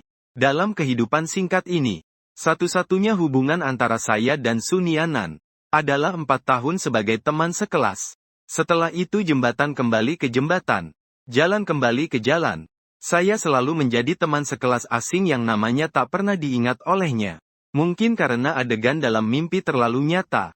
Ketika bangun keesokan harinya, saya merasa agak bingung. Tidak bisa membedakan dengan jelas mana kenyataan dan mana mimpi. Seseorang duduk di sofa untuk waktu yang lama. Menunggu hingga tengah hari ketika sebuah telepon dari Su Nan Kiao membangunkanku sepenuhnya. Chen Zhou sudah bangun? Aku makan siang bersama di bawah rumahmu. Aku menemukan mobil Su Nan Kiao di tempat parkir. Aku membuka pintu penumpang depan. Membungkuk. Sekilas melihat seseorang duduk di kursi belakang. Karena sopan santun, aku tidak menatap lama. Berpikir menunggu Su Nan Kiao untuk memperkenalkan dan duduk. Setelah mengenakan sabuk pengaman, orang di sampingku tidak buka suara. Namun dari kursi belakang terdengar suara yang familiar. Istirahat dengan baik. Chen Zhou mendengar suara yang familiar itu. Aku tiba-tiba mengangkat kepala. Melalui kaca spion, aku melihat wajah yang familiar. Itu adalah Sun Yanan. Sehari tidak bertemu. Dia tampak sangat lelah. Seolah sudah lama tidak beristirahat. Tapi mata yang menatapku itu cerah dan tegas. Banyak kata tiba-tiba timbul di tenggorokanku. Tapi aku tidak tahu harus bertanya apa. Akhirnya aku pun sama sekali tidak berkata apa-apa. Kereta pun menjadi hening seperti itu. 1 menit kemudian, Sunan Qiao baru menyadari. Suasananya tidak benar. Dengan cepat dia berbalik dan melirikku. Membantu mencairkan suasana. Chen Zhou ini adalah teman sekelasmu. Sun Yanan. Kamu tidak ingat ya? Dia baru saja sampai di bandara dan meneleponku. Katanya ingin menolak aku. Karena kalian teman sekelas. Jadi aku pikir kita makan bersama. Kamu seharusnya tidak keberatan, kan? Aku keberatan. Tapi di hadapan Sunan Qiao yang tidak tahu apa-apa tentang urusan mereka, aku harus tetap tenang. Jadi aku hanya bisa berpura-pura seperti tidak terjadi apa-apa. Menyunggingkan senyum kecil sebagai balasan padanya. Kaknan Qiao, kamu yang atur saja. Aku cuma belum terbiasa dengan perbedaan waktu. Jadi agak pusing. Sunan Qiao tersenyum dan mengangguk. Memberi isyarat agar aku pelan-pelan saja. Lalu dia beralih berbicara dengan Sun Yanan di kursi belakang. Nianan, kamu baik-baik saja. Mau tidak kamu pulang dulu untuk istirahat? Nanti kita lanjut lagi. Sun Yanan sudah hampir 30 jam lebih tidak tidur. Tapi dia tahu sekarang bukan waktu untuk istirahat. Jadi dia menggeleng pelan. Tidak perlu. Kalau begitu, mari makan dulu. Restoran sudah saya pesan. Sepertinya kalian berdua jarang bergaul saat sekolah ya. Tidak menyangka setelah lulus masih punya hubungan sedemikian dekat. Bisa bertemu secara kebetulan di San Francisco, ya? Meskipun aku menunduk, aku bisa merasakan tatapan panas dari belakang. Aku tahu kalau Sun Yanan sudah datang. Maka dia datang untuk mencariku. Seorang putri yang dibesarkan dengan bunga dan tepuk tangan. Ternyata meminta cerai dari aku, orang biasa yang tak terkenal ini. Pasti hatinya tidak rela, ya. Aku menutup mata. Menekan pelipisku. Berusaha membuat otak bekerja. Agar bisa menghadapi situasi yang mungkin terjadi selanjutnya. Sementara itu, percakapan dua orang di sebelah masih terus berlangsung. Bukan kebetulan sih. Aku datang ke San Francisco untuk mengurus sesuatu yang sangat penting. Jadi bisa bertemu Chen Zhou pasti ada sebabnya. Dengar nada bicaranya sepertinya sangat akrab denganku.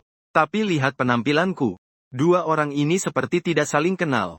Hubungan yang membingungkan ini membuat Sunan Qiao agak bingung. Jadi, kamu datang mencari Chen Zhou.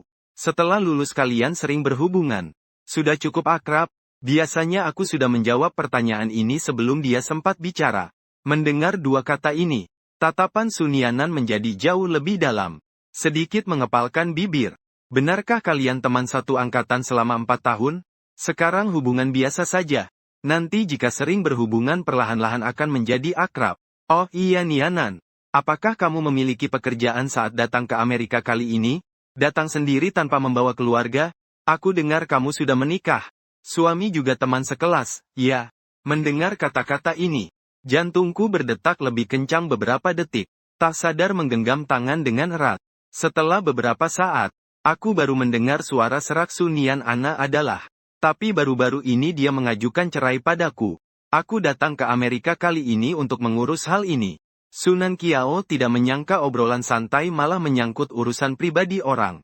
Seketika agak canggung. Aku tidak ingin melanjutkan topik ini lagi. Langsung mengganti pembicaraan. Kaknan Qiao, hari ini pesan restoran barat atau restoran Tionghoa? Berapa lama lagi ya? Hari ini aku bangun tanpa sarapan apapun. Sedikit lapar. Sunan Qiao menatapku dengan penuh rasa terima kasih. Segera menyambungkan pembicaraan. Restoran barat masih beberapa ratus meter lagi. Bahagia-bahagia. Makan ini berlangsung selama 1 jam. Selama itu, Sunan Qiao selalu menjadi perantara. Berkomunikasi dan bertukar pikiran di kedua sisi. Melihat aku sibuk makan, Sun Yanan hanya bisa menelan semua pertanyaan yang sudah lama tertimbun. Di tengah makan, perusahaan tiba-tiba mengalami masalah. Sunan Qiao buru-buru pergi untuk menangani. Pergi duluan. Makan malam guru dan murid berubah menjadi sidang perceraian pasangan. Suasana langsung menjadi kaku. Setelah aku menghabiskan potongan steak terakhir, Sun Yanan tepat waktu menyerahkan tisu makan ke tanganku. Aku tidak menerimanya, tetapi berdiri dan mengambil selembar tisu baru. Nada bicara datar, tapi langsung ke inti. Kalau ada yang ingin diutarakan, sekarang katakan dengan jelas. Tangan Sun Yanan yang direntangkan terhenti sejenak, menatap ke arah pandanganku. Meskipun baru sehari tidak bertemu, tapi orang di depanku ini sangat berbeda dengan suami yang lemah lembut dan santun dalam ingatannya. Dia tidak tahu apakah aku yang berubah, atau dia yang tak pernah benar-benar mengenalku.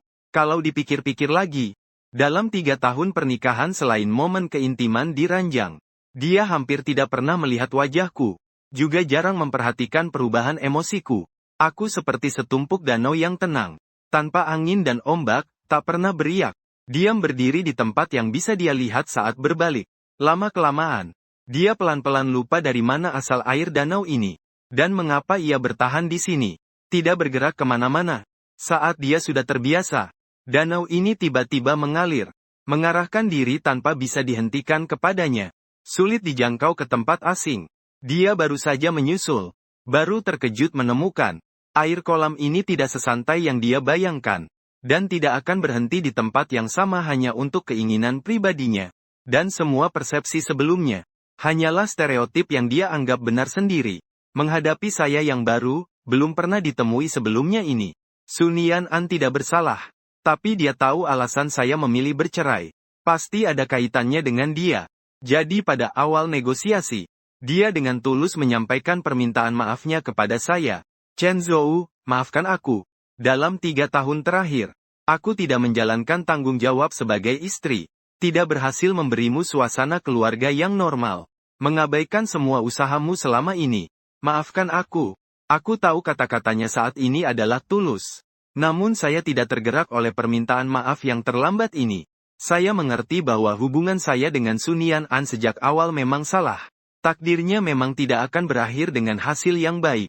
Meminta seseorang yang sama sekali tidak mencintai kamu untuk membentuk sebuah keluarga, hidup bersama dengan sepenuh hati seumur hidup, sebenarnya adalah sesuatu yang sulit untuk dibayangkan.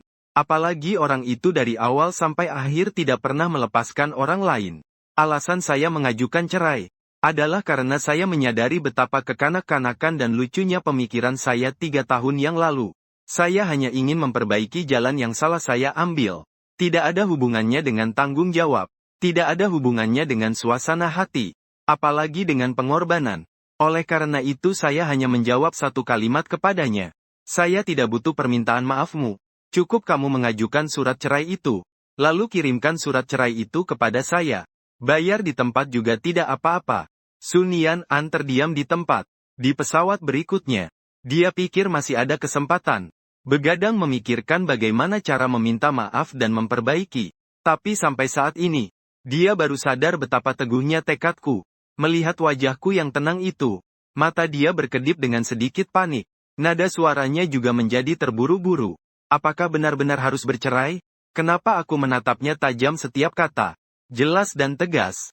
Aku menikahimu karena aku menyukaimu. Aku ingin bercerai karena aku tidak menyukaimu lagi.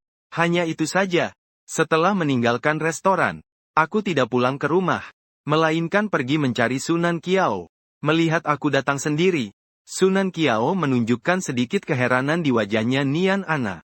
Setelah kamu pergi, dia juga sibuk dengan urusannya. Aku berpikir dalam beberapa hari lagi akan mulai bekerja. Jadi aku datang dulu untuk melihat situasinya. Sunan Qiao juga tidak terlalu memikirkan. Kebetulan pekerjaan yang sedang ditangani sudah selesai. Lalu dengan antusias dia mengajakku berkeliling perusahaan. Setelah jam pulang kerja, keduanya mengatur pertemuan untuk makan malam. Baru aku kembali ke apartemen. Aku membuka ponsel dan melihat pesan verifikasi. Itu dari Moti yang dikirim oleh Sun Yanan. Aku teringat kata-katanya sebelum berpisah. Karena kamu sudah memutuskan untuk bercerai, maka aku akan menghormati keinginanmu. Aku tidak layak menerima cintamu, mengecewakan perasaanmu. Maafkan aku. Tapi bagaimanapun sudah menjadi suami istri selama 3 tahun. Walaupun berpisah, bisakah kita tetap berteman? Teman ya, antara aku dan Sun Yanan. Sebenarnya ada apakah perlunya melanjutkan menjadi teman? Aku tidak bisa memikirkannya. Dalam imajinasiku, mereka seharusnya berpisah dengan baik-baik. lalu mati tua tanpa berhubungan lagi. Jadi aku tidak langsung menyetujui permintaan ini. Sampai pukul 10. Saat aku berencana beristirahat, baru ku tahu Su Nianan mengirim verifikasi lagi. Kali ini disertai beberapa klausul dalam perjanjian cerai. Aku ingin berdiskusi denganmu mengenai masalah perceraian. Aku langsung membalas. Lewat Su Nianan juga tidak bertele-tele. Langsung mengirim bagian yang perlu diubah dengan tanda merah. Aku memperhatikan dengan seksama. Baru sadar ia mengubah pembagian harta semula menjadi pembagian rata. Artinya aku setelah mendapatkan surat cerai, akan mendapatkan setengah dari total harta Su Nianan. Harta tak terduga turun dari langit. Tapi aku merasa sedikit gelisah. Akhirnya aku mengirim pesan suara saja. Pembagian harta sesuai kontrak yang sudah ditetapkan saja. Kamu tidak perlu membagikan harta sebanyak itu sesuai hukum perkawinan. Kalau tidak, aku merasa tidak pantas menerimanya. Su Nianan sepertinya sudah menduga. Dia akan berkata seperti itu. Segera dia membalas pesan. Aku tahu kamu tidak menikahiku demi uang. Alasan aku mengubah kontrak. Bukan untuk menggantimu. Hanya sesuai ketentuan hukum. Semua itu memang hakmu. Jangan terlalu dipikirkan. Aku kembali menjelaskan beberapa kalimat. Namun Su Nianan tetap menggunakan alasan yang sama untuk menjawabku. Aku juga lelah. Tidak ingin membujuk lagi. Akhirnya kubiarkan saja dia. Waktu berlalu hari demi hari. Saya resmi memulai pekerjaan. Pelan-pelan menyesuaikan diri dengan kehidupan kantor. Setelah sebulan, saya menerima surat cerai dan properti yang tak terhitung jumlahnya. Saham dan aset lainnya. Melihat jumlah nol yang tak terhitung di rekening bank. Saya tidak tahu harus bagaimana mengelolanya. Lalu saya menyimpannya. Seolah tidak ada yang terjadi. Terus menjalani hidup saya sendiri. Musim dingin yang dingin telah berlalu. Musim semi tiba. Saya pergi bekerja seperti biasa. Begitu tiba di kantor, Sunan Qiao memanggil saya masuk ke ruang rapat. Isi rapat kali ini berkisar pada kerjasama proyek dengan beberapa perusahaan IT domestik. Dalam rapat dipilih seorang asisten yang akan menemani Sunan Qiao pulang ke negara untuk membahas kerjasama. Tatapannya menyapu seluruh orang yang hadir. Akhirnya berhenti pada saya. Chen Zhou, kamu ikut aku saja. Terkejut tidak disangka dipanggil nama. Saya cukup kaget. Saya baru bekerja 1 kuartal. Seharusnya tidak bisa memikul pekerjaan penting seperti ini. Namun Sunan Qiao sudah memilih saya. Saya juga tidak bisa menolak. Setelah rapat bubar, kedua orang itu secara sengaja tetap tinggal. Sunan Qiao juga tidak membuat penasaran. Bicara langsung saja. Chen Zhou kali ini pulang ke negara. Meskipun harus berdiskusi detail dengan 4 perusahaan sekaligus. Tapi fokus kami harus pada kerjasama dengan grup Su. Mendengar kata Su, saya samar-samar menebak sesuatu. Saya memandang Sunan Qiao dengan mata yang penuh keraguan. Su Nianan. Sunan Qiao mengangguk, ragu sejenak, tetap memilih untuk terbuka. Setelah pertemuan kecil terakhir, Nianan diam-diam mengajak saya bertemu lagi. Proyek kali ini adalah nada dasar yang disepakati saat itu. Urusanmu dengan dia. Sebenarnya dia mengatakan beberapa hal kepada saya. Saya merasa ini adalah privasimu. Jadi saya tidak membongkarnya. Tapi proyek ini sekarang telah mencapai titik krusial. Untuk memastikan semuanya berjalan tanpa kesalahan. Saya ingin meminta bantuanmu. Temani saya kembali ke negara dan berpartisipasi dalam pembahasan proyek ini. Meskipun ini agak menyinggung, ya. Tapi saya harap kamu bisa memakluminya. Sebenarnya saya tidak begitu mengerti maksud Sunan Qiao. Saya baru saja mulai di perusahaan tidak lama. Juga tidak memiliki latar belakang apapun. Proyek yang sangat penting bagi jaringan seperti ini, apa gunanya membawa saya? Apakah hanya karena saya adalah mantan suami Su Nianan? Saya hanya bisa memikirkan kemungkinan ini. Tapi Su Nianan tidak menyukai saya. Setelah bercerai pun ia tidak pernah menghubungi saya lagi. Mengapa Sunan Qiao berpikir dia akan berkompromi demi saya? Untuk menghindari kesalahpahaman yang tidak perlu.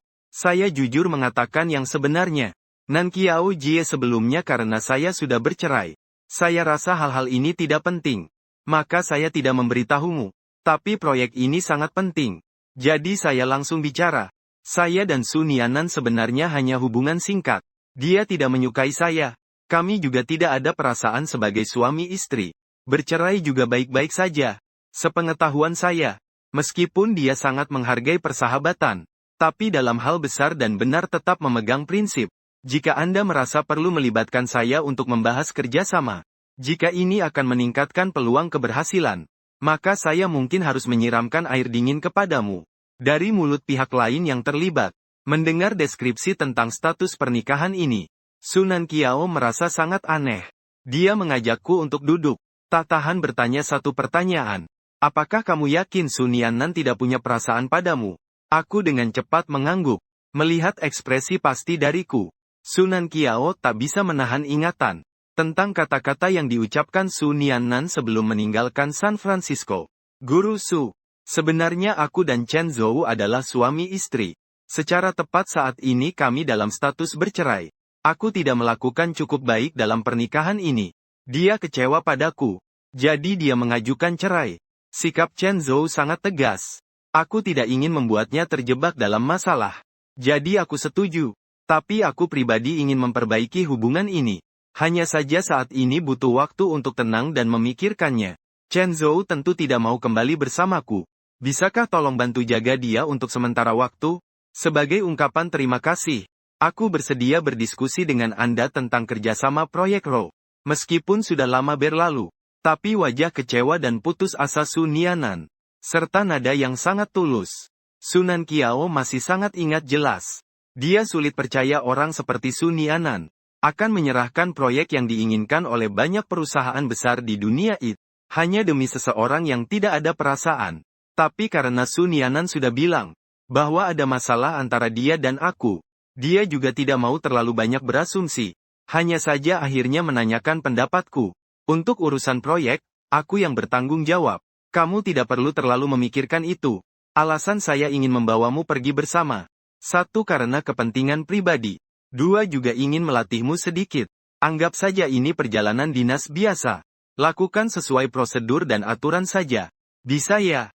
Setelah kita bersama cukup lama, aku juga tahu Sunan Qiao orang yang terus terang. Tidak akan menghalangimu di belakang. Apalagi perjalanan dinas kali ini memang kesempatan langka. Aku juga tidak ingin melewatkannya begitu saja. Jadi setelah mempertimbangkan lama, aku akhirnya setuju. Waktu pulang dijadwalkan 1 minggu kemudian. Aku sambil sibuk bekerja. Waktu pulang semakin dekat. Perasaanku justru semakin tenang. Ketika mengingat kembali masa lalu, aku hanya merasa seperti sebuah mimpi saja. Sekarang mimpi sudah berakhir. Aku juga benar-benar terjaga. Tidak akan lagi merindukan masa lalu. Adapun Sun Yannan, hanya kembali ke titik awal. Menjadi seorang teman lama sesama siswa saja. Aku sudah memikirkan bagaimana berinteraksi dengannya saat bertemu lagi. Sekali lagi kembali ke kota yang familiar ini. Sikapku sudah berubah secara drastis. Aku mendorong koper dan berjalan keluar bandara sambil bercanda dengan Sunan Qiao. Sambil mengobrol, Sunan Qiao melihat orang tuanya melambai ke arah jauh. Dia memperkenalkanku pada orang tua. Kedua orang tua itu sangat mengundangku untuk ikut pulang. Aku tahu 3 orang dalam keluarga itu saat bertemu lagi memiliki banyak topik untuk dibicarakan. Tidak ingin mengganggu kebersamaan keluarga mereka. Maka aku menolak dengan halus. Setelah berpisah untuk sementara, aku berjalan seorang diri mendorong koper keluar dari bandara. Baru sadar di luar sedang hujan deras. Di jalan tidak ada kendaraan. Aku membuka aplikasi pemesanan taksi. Sedang ingin memanggil mobil hitam. Tiba-tiba berhenti di depanku. Aku tanpa sadar mengangkat kepala. Lalu melihat Sun Yannan yang berjalan sambil membawa payung. Setelah berbulan-bulan tidak bertemu, dia terlihat sangat kurus. Mengenakan mantel warna krem. Berpostur tinggi dan ramping. Aku tidak menyangka dia akan muncul. Kesadaranku sedikit terpana. Namun dia langsung berjalan ke depanku. Matanya menyimpan emosi rumit yang tidak bisa aku pahami. Dengan suara lembut mulai berkata, "Lama tidak berjumpa. Chen Zhou, kamu belakangan ini apa kabar?" Saya secara naluriah mundur beberapa langkah. Menjaga jarak darinya. Nada suaranya datar saja. Sikap dingin ini membuat Sun Yannan sedikit kecewa. Tapi dia tahu semua ini masuk akal. Bagaimanapun mereka hanya pasangan yang sudah bercerai. Jadi dia cepat menyesuaikan keadaan pikirannya. Melihat koper di tanganku. Hujannya terlalu deras. Aku antar kamu kembali ke hotel saja. Melihat notifikasi pesanan yang sudah diterima di layar. Aku menggelengkan kepala. Menolak kebaikannya. Tidak perlu. Aku sudah memesan taksi. Kalau begitu, pegang payung saja. Kalau tidak, kopermu akan basah semua. Aku tidak tahu kenapa dia tiba-tiba begitu perhatian. Muncul perasaan aneh di hatiku. Aku tidak membutuhkan bantuanmu. Juga tidak merasa kita masih perlu ada hubungan apapun. Bos Su, bagaimana menurutmu? Kata-kata ini menusuk hati Sun Yanan seperti jarum.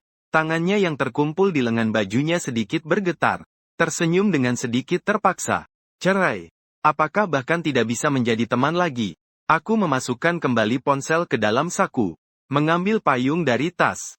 Melihat mobil yang semakin dekat itu. Sebelum cerai, kita juga hanya teman sekelas biasa. Sesudah cerai, kita kembali ke masa itu saja sudah cukup.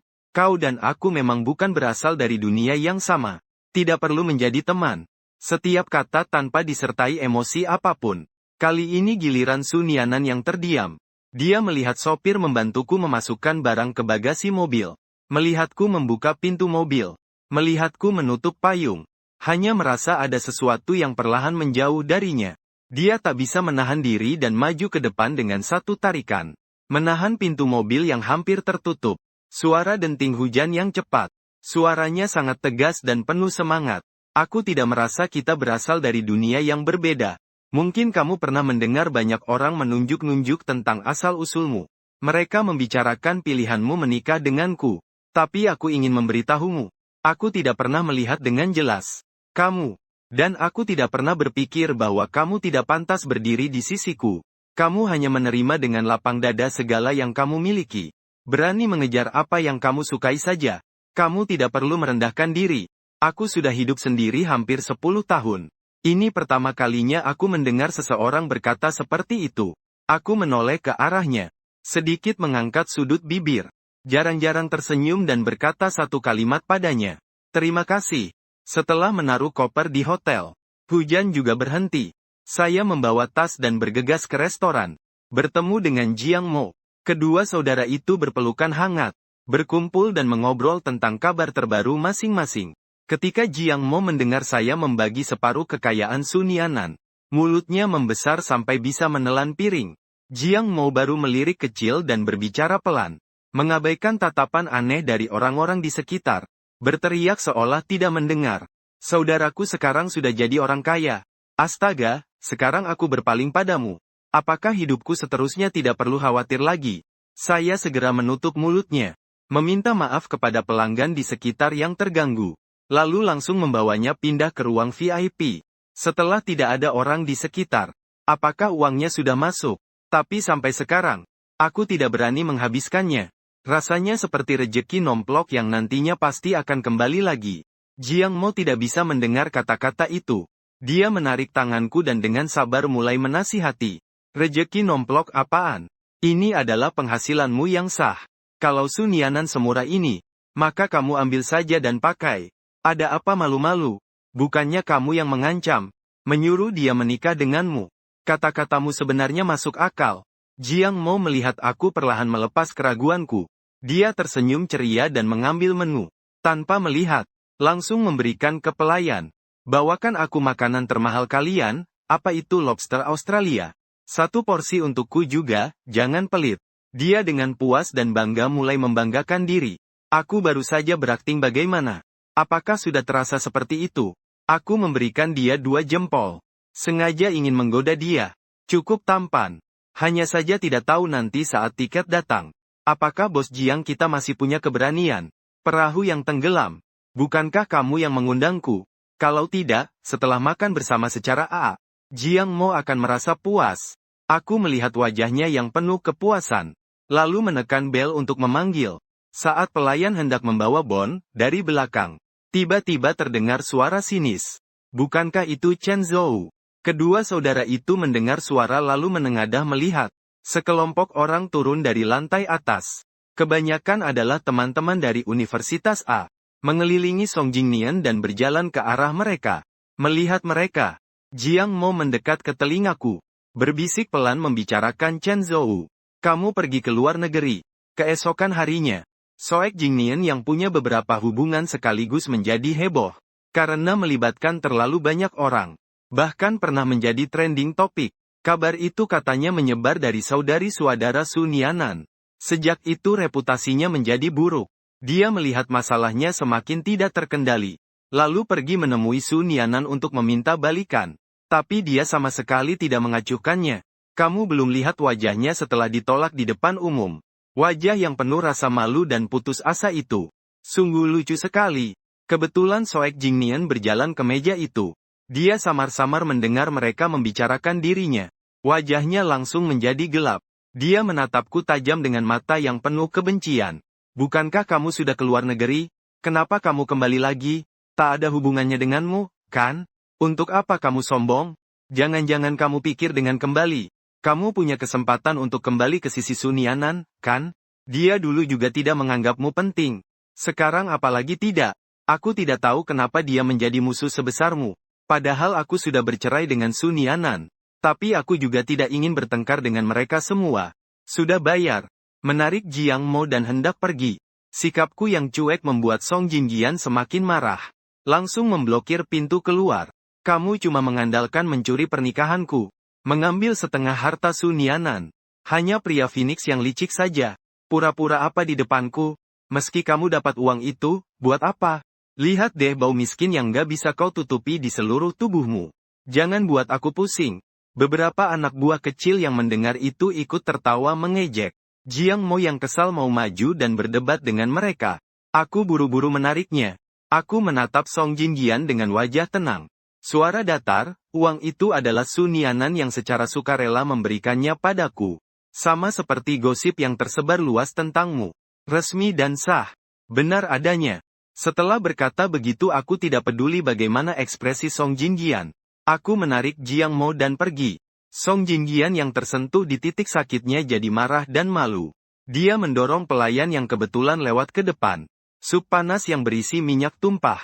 Saat hampir tumpah ke aku dan Jiang Mo, Sun Yanan muncul.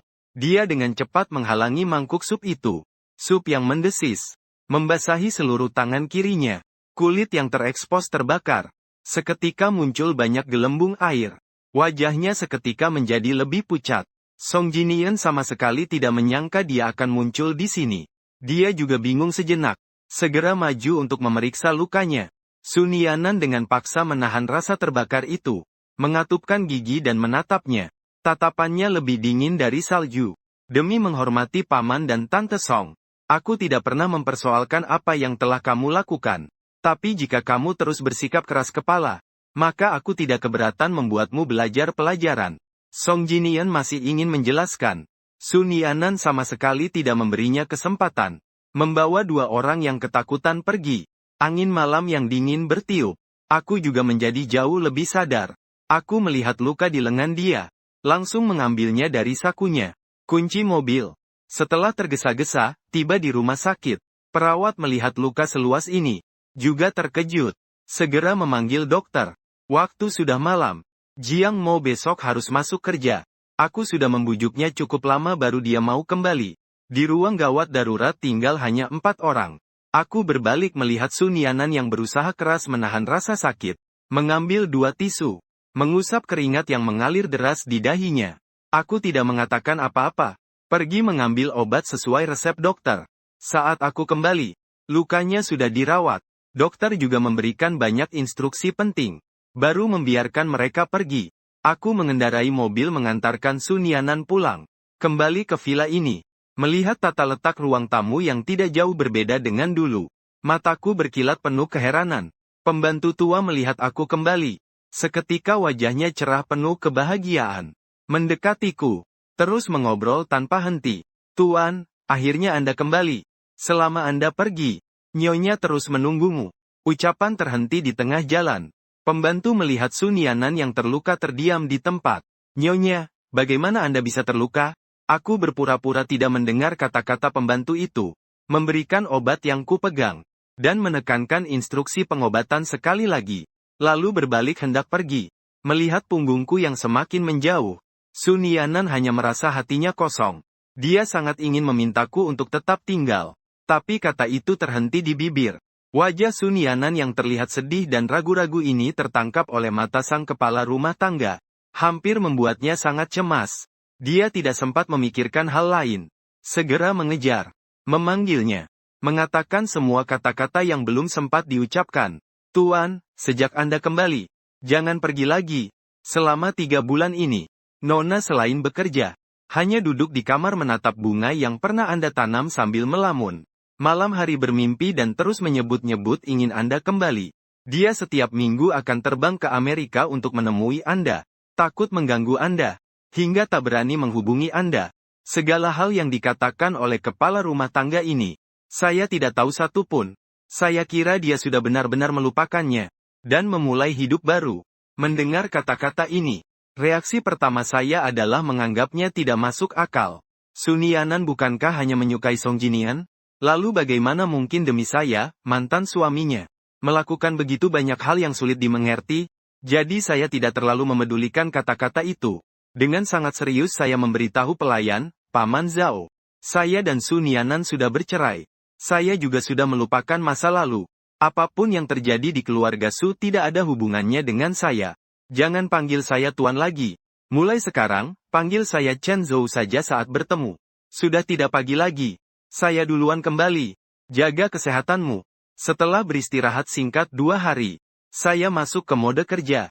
Saya mengikuti Sunan Kiao untuk membahas rincian kerjasama. Banyak pengalaman yang saya pelajari dari situ. Dan kemajuan proyek berjalan sangat lancar. Semuanya berjalan seperti yang diharapkan. Tidak menemui hambatan apapun. Saat berdiskusi dengan grup Su, Sunianan sendiri tidak hadir. Hanya mengirim wakil direktur. Aku sedikit lega. Menyerahkan kontrak yang telah disiapkan sebelumnya. Setelah mereka melihat syaratnya, menunjukkan niat kerjasama yang positif. Namun mengajukan satu syarat. Selama masa berlaku kontrak, koordinator komunikasi antara pihak A dan B. Grup Su menunjukku, Sunan Kiao langsung menebak. Ini pasti kehendak Sunianan. Dia ingin memanfaatkan kerjasama ini untuk mempertahankanku. Setelah berpikir, Sunan Kiao memutuskan untuk menanyakan pendapatku. Jadi setelah meninggalkan grup Su, kedua orang itu mencari sebuah kafe untuk ngobrol santai. Meskipun Chen Zhou agak berani, tapi kalau memang memungkinkan, bisakah kamu ceritakan tentang awal hingga akhir pernikahanmu dengan Sunianan? Aku terdiam sejenak. Akhirnya aku merapikan seluruh cerita itu dari awal sampai akhir. 4 tahun menjadi teman sekelas. 3 tahun pernikahan kurang lebih adalah sepertiga dari hidupku. Tapi saat benar-benar menceritakannya pada orang lain, terasa ringan dan tak berbekas. Seperti sedang menceritakan kisah orang lain. Semua kekuatan besar yang dulu menemaniku melewati banyak malam gelap, akhirnya terkikis habis oleh waktu. Sunan Kiao mendengar semuanya.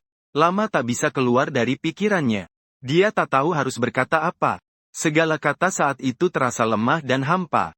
Hanya keheningan yang terus mengulang di dalam ruang pribadi itu. Melihat ekspresinya yang penuh rasa sakit dan penyesalan, aku tersenyum tipis.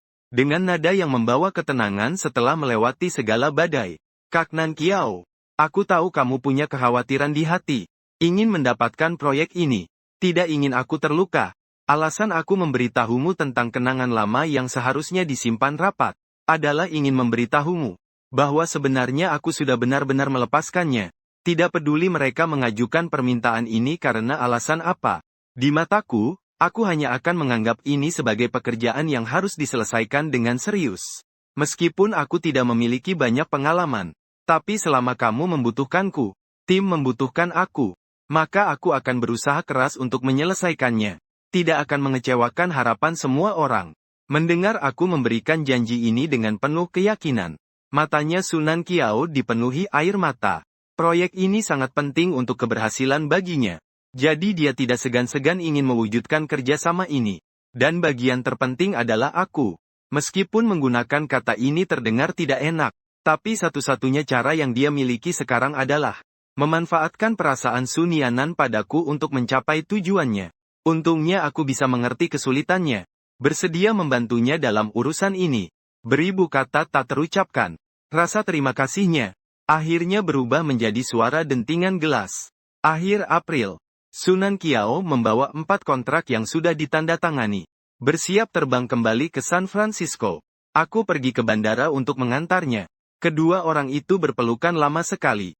Melihat sosok yang muncul tak jauh dari sana, Sunan Kiao akhirnya tak tahan untuk bertanya. Chen Zhu adalah orang yang dia sukai selama 7 tahun. Dia sekarang juga sudah jelas dengan perasaannya sendiri. Apakah kamu benar-benar tidak berniat memberinya kesempatan lagi? Aku tahu Sunan Qiao bermaksud baik. Berharap aku bisa bahagia. Tapi hanya aku sendiri yang tahu. Sebelum benar-benar bangkit dari semua ini. Betapa sulitnya waktu 7 tahun itu.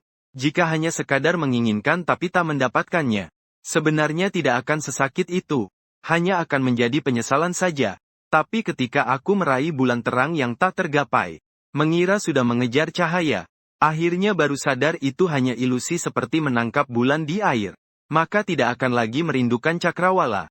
Beberapa hal memang hanya cocok untuk dipandang dari bawah. Jadi aku hanya menjawab satu kalimat. Kakak Nan Qiao, hidup tidak bisa diulang. Kita semua harus melihat ke depan. Untuk memudahkan pekerjaan, aku menyewa sebuah apartemen di lantai atas. Keesokan harinya, dia juga pindah ke sebelah. Satu rumah adalah Sun Yannan. Selama sebulan di Beijing Utara ini, aku sering bertemu dia di berbagai tempat secara tidak sengaja. Di samping rak supermarket, di depan restoran hotpot, di sebuah sudut taman. Dengan statusnya, dia tidak seharusnya muncul di tempat-tempat ini. Aku tahu dia selalu mengikuti aku. Kadang-kadang ketika bertemu muka, mereka akan seperti teman biasa saling menyapa satu atau dua kalimat. Saat lain dia diam-diam mengikuti dari belakang. Seperti bayangan, pelan-pelan tenggelam dalam dunianya sendiri. Aku juga sudah terbiasa setelah menjadi tetangga. Kesempatan bertemu semakin sering. Senyum di wajah Sun Yannan semakin cerah. Dia sesekali mengajak secara aktif. Menanyakan apakah ingin jalan-jalan bersama, makan malam bersama, pergi berlibur bersama. Aku selalu mencari alasan untuk menolak. Setiap kali mendengar kata maaf, tatapannya menjadi jauh lebih suram. Aku berkali-kali mengira setelah penolakan ini tidak akan ada kesempatan lagi. Namun keesokan harinya saat bertemu, dia sudah kembali seperti semula. Dengan semangat menyapa aku dengan ramah. Melihat penampilannya yang tulus. Tanpa sebab aku teringat padanya. Hari-hari saat kuliah bersama Song Jinian. Juga seperti sekarang ini. Takut membuat pihak lain marah atau menolak. Berusaha menyenangkan dengan berbagai cara. Sampai mengabaikan diri sendiri. Tapi aku bukan Song Jinjian. Tidak akan dengan tenang menikmati hal-hal baik ini. Juga tidak sengaja menggoda dia. Untuk menonjolkan pesona diri dengan kebiasaan aneh. Aku hanya ingin menjalani setiap hari dengan baik. Menikmati hidup. Hanya itu saja. Waktu berlalu hari demi hari. Dari musim semi ke musim panas. Lalu sampai musim gugur akhir dan musim dingin awal. Proyek yang berlangsung hampir setahun ini juga sudah memasuki tahap akhir. Tanggal berakhir kontrak tepat pada ulang tahunku yang ke-25. Aku sudah pesan tiket pulang ke San Francisco pada hari itu. Sehari sebelum pergi, aku mengemas barang. Hingga tengah malam, tiba-tiba aku melihat salju kecil turun di luar jendela.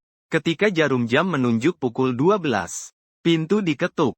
Saat aku membuka, aku melihat Sun Yannan membawa kue. Dia jelas tersenyum dan mengucapkan selamat ulang tahun. Tapi aku bisa melihat sedikit kesedihan dari dirinya. Aku terdiam sejenak. Lalu cepat kembali tenang seperti biasa. Dengan sopan aku mengucapkan terima kasih padanya. Setelah lilin dinyalakan, aku menyatukan kedua tangan. Dan membuat sebuah permintaan. Ketika aku membuka mata lagi, aku melihat mata Sun Yannan yang samar-samar penuh harapan. Meminta apa ya? Sama seperti tahun lalu. Topik itu pun berhenti tiba-tiba. Sun Yannan teringat kejadian pada hari ulang tahunku tahun lalu. Senyum di bibirnya perlahan berubah menjadi pahit. Aku menundukkan pandangan, menghindari tatapannya. Suasana pun menjadi kaku seperti itu.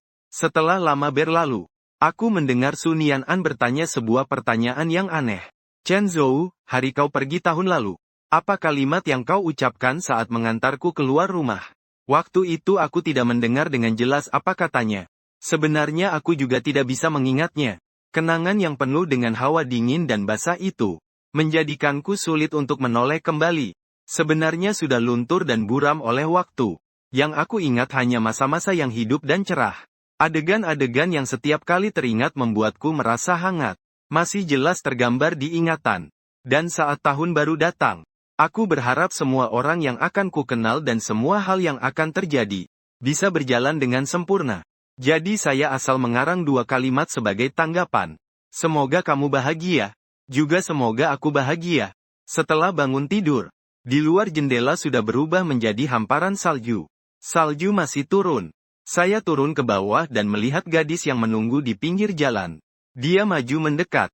Nada bicaranya penuh makna rumit yang sulit diungkapkan. Hari bersalju sulit dapat taksi. Aku antar kamu ke bandara saja. Kali ini aku tidak menolak. Aku menyadari dia masih ingin berkata sesuatu. Kali ini pergi benar-benar tidak ada kepastian kembali. Ada beberapa hal yang ingin aku beri tanda berhenti. Mobil mulai berjalan sangat pelan. Entah jalan licin karena salju atau Sunian An sengaja begitu.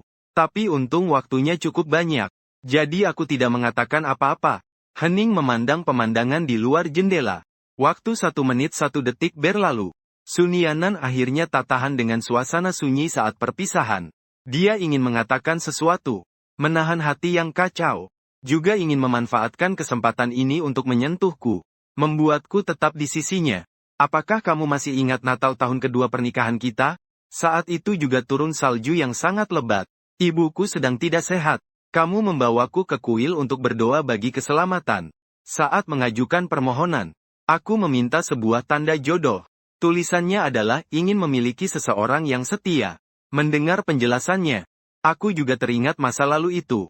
Setelah mendapatkan tanda itu, sang ahli tafsir melihat mereka berdua dan berkata sesuatu yang aneh. Takdir yang sudah tertulis. Bencana yang sudah ditakdirkan. Jika bisa sadar lebih awal. Itu adalah keberuntungan terbaik. Saya tidak mengerti maksudnya. Saya pikir sang guru ingin membimbing saya. Untuk waktu yang cukup lama saya merasa khawatir tentang hal ini. Bagaimanapun juga, saat itu saya benar-benar ingin bersamanya selamanya. Tapi sekarang saya pikir yang menarik undian itu adalah Sunianan. Kata-kata itu juga bukan untuk saya dengar. Dan orang yang dia pikir ingin dia jalani hidup bersama sampai tua sebenarnya juga bukan saya. Bukankah begitu? Memikirkan ini, saya tersenyum ringan. Saya tidak terlalu ingat. Sunianan terdiam beberapa detik, langsung mencari topik baru. Sebagian besar adalah tentang keseharian kecil mereka setelah menikah. Beberapa saya bahkan tidak ingat, namun dia menceritakannya dengan sangat detail. Saya tidak tahu bahwa kenangan-kenangan ini selama setahun terakhir pernah berulang kali dikenang oleh Sunianan. Jadi dia ingat dengan jelas. Dia mencoba menggunakan kehidupan rumah tangga yang masih hangat ini untuk menyentuh hatiku. Tapi aku sama sekali tidak menunjukkan ekspresi apapun. Seolah tidak merindukan masa lalu. Tanpa sadar mobil sudah sampai di bandara. Aku membawa koper dan hendak pergi. Sunian An memanggilku dari belakang. Dia mengeluarkan sebuah kotak dan menyerahkannya kepadaku. Matanya penuh harapan yang tulus. Aku membukanya. Melihat sepasang liontin giok. Aku ingat ini adalah pusaka keluarga Jiang. Kenapa dia memberiku ini? Kalau ini hadiah perpisahan. Ini terlalu berharga. Aku tidak berani menerimanya.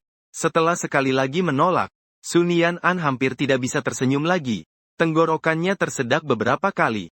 Wajahnya tersirat sedikit kecemasan. Terimalah ini. Ini adalah maksud hatiku. Juga maksud dari ibuku. Aku menggeleng pelan. Dengan nada yang datar. Apa arti hadiah ini? Aku mengerti. Itulah sebabnya aku tidak ingin menerimanya. Beberapa kata juga sudah sering kukatakan padamu. Karena kisah ini sudah berakhir. Mari kita kembali ke tempat semula. Setiap kata menembus hati Sunianan dengan dalam. Dia berdiri di tengah salju. Dengan mata terbuka, menyaksikanku perlahan pergi. Langkah demi langkah tanpa pernah menoleh kembali. Hanya salju yang berjatuhan di atas kepalaku datang seperti dijanjikan.